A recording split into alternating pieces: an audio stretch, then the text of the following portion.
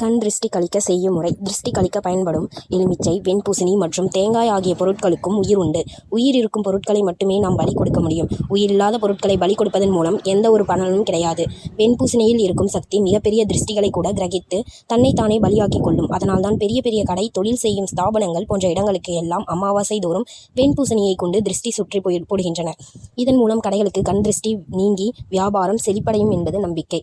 பிள்ளையாருக்கு 108, 1008 என்கின்ற கணக்கில் எல்லாம் தேங்காயை பலி கொடுப்பது உண்டு. தேங்காயை சில்லு சில்லாக சிதற வைத்தால் நம் வேண்டுதல்கள் அனைத்தும் அது விரைவில் பலிக்கச் செய்யும் என்பது நம்பிக்கை. தனிநபருக்கு திருஷ்டியை கழிக்க எலுமிச்சை கனியை சுற்றி போடுவதன் மூலம் ஒரு நபர் மேல் இருக்கும் எத்தகைய திருஷ்டியும் தன்னாலே விலகி சென்றுவிடும். பச்சிளம் குழந்தைகளுக்கு தினமும் இக்கனியை சுற்றி போடுவதன் மூலம் எத்தகைய கண் திருஷ்டியும் அகன்றுவிடும். எலுமிச்சை, தேங்காய், வெண்பூசணி இவை யாவையில் ஒன்றை வீட்டின் நிலைவாசலில் கட்டி தொங்கவிடுவதன் மூலம் வீட்டில் இருக்கும் துஷ்ட சக்திகள் அனைத்தும் விலகும் என்பது மக்களின் நம்பிக்கை.